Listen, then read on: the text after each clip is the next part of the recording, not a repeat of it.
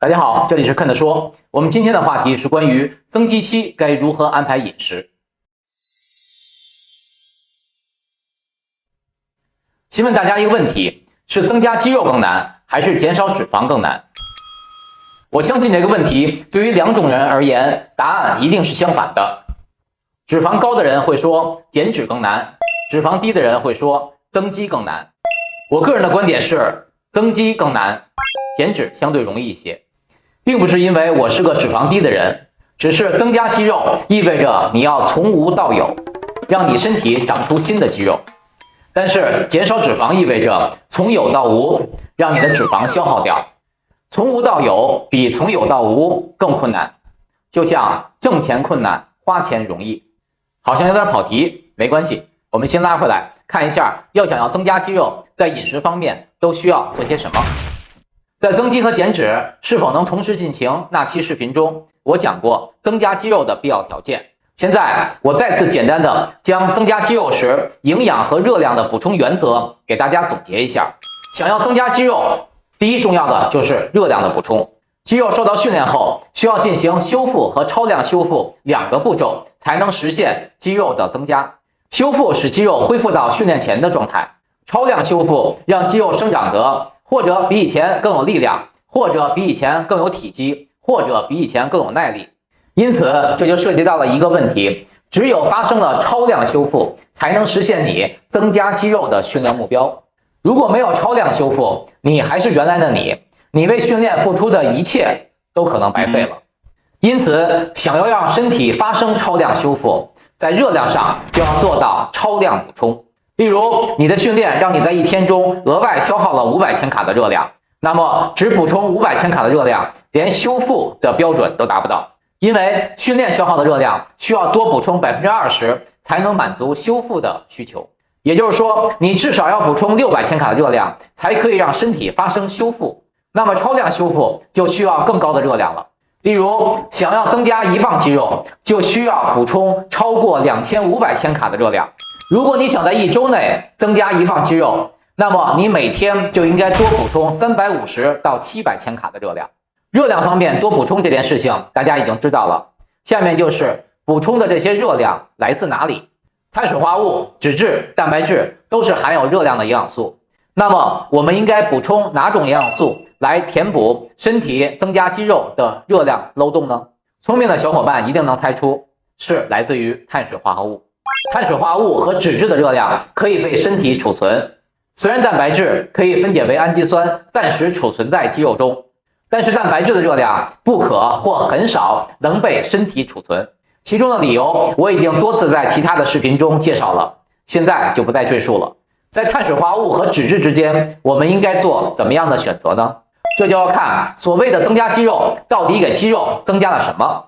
第一，增加肌肉来自于肌纤维变粗变多。这里要插一句，以前的研究发现肌肉增加是通过肌纤维变粗实现的，但是最新的研究发现，肌纤维不但会变粗，而且肌纤维的数量也会增加。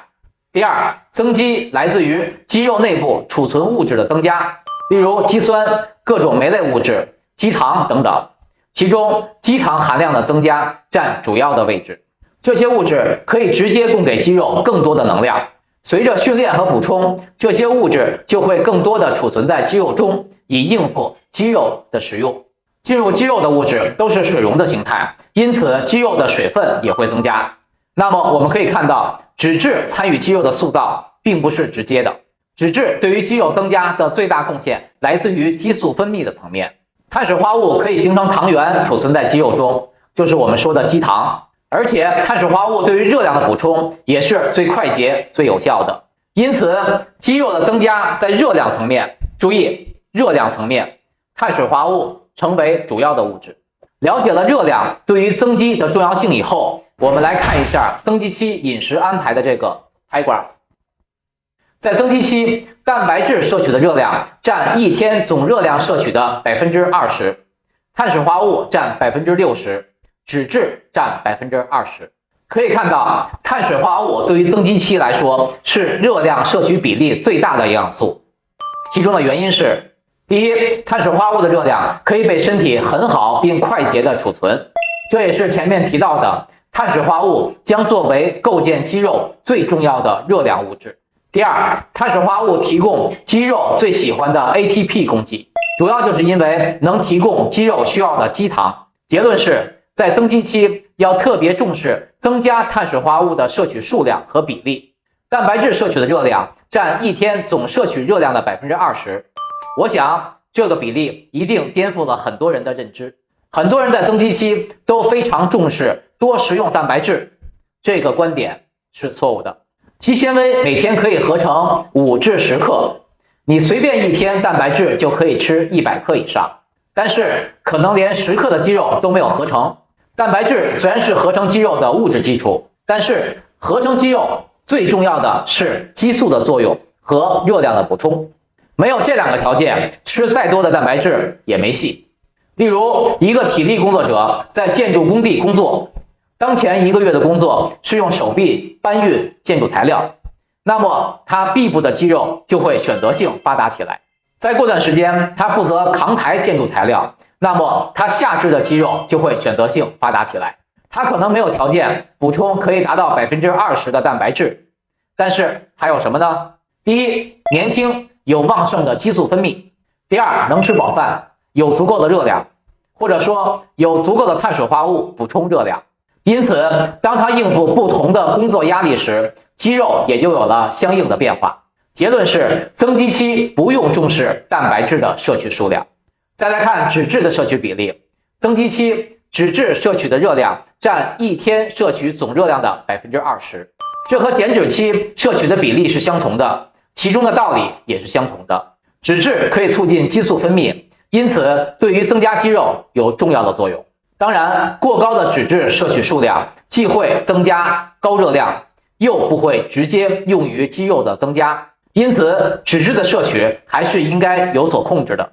但是要注意一点，增肌期应该主要选择来自于动物的脂质，因为动物的脂质对激素分泌的作用更加明显，对于肌纤维的合成作用也更好。说人话就是，在增肌期可以吃些肥肉。好，我们来总结一下今天的话题。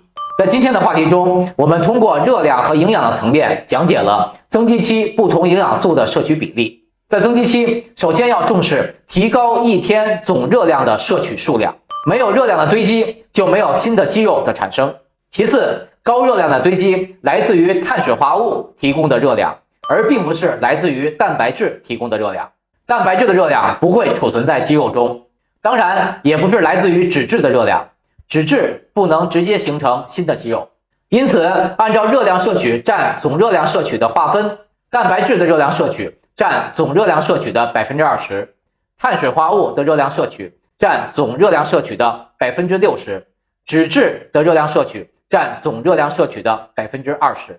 大多数训练者在增肌期会非常重视营养的补充，会常常忽略热量的补充。请记住，这就是今天话题的核心内容。希望今天的话题能够帮到你，谢谢大家的观看，我们下次再见。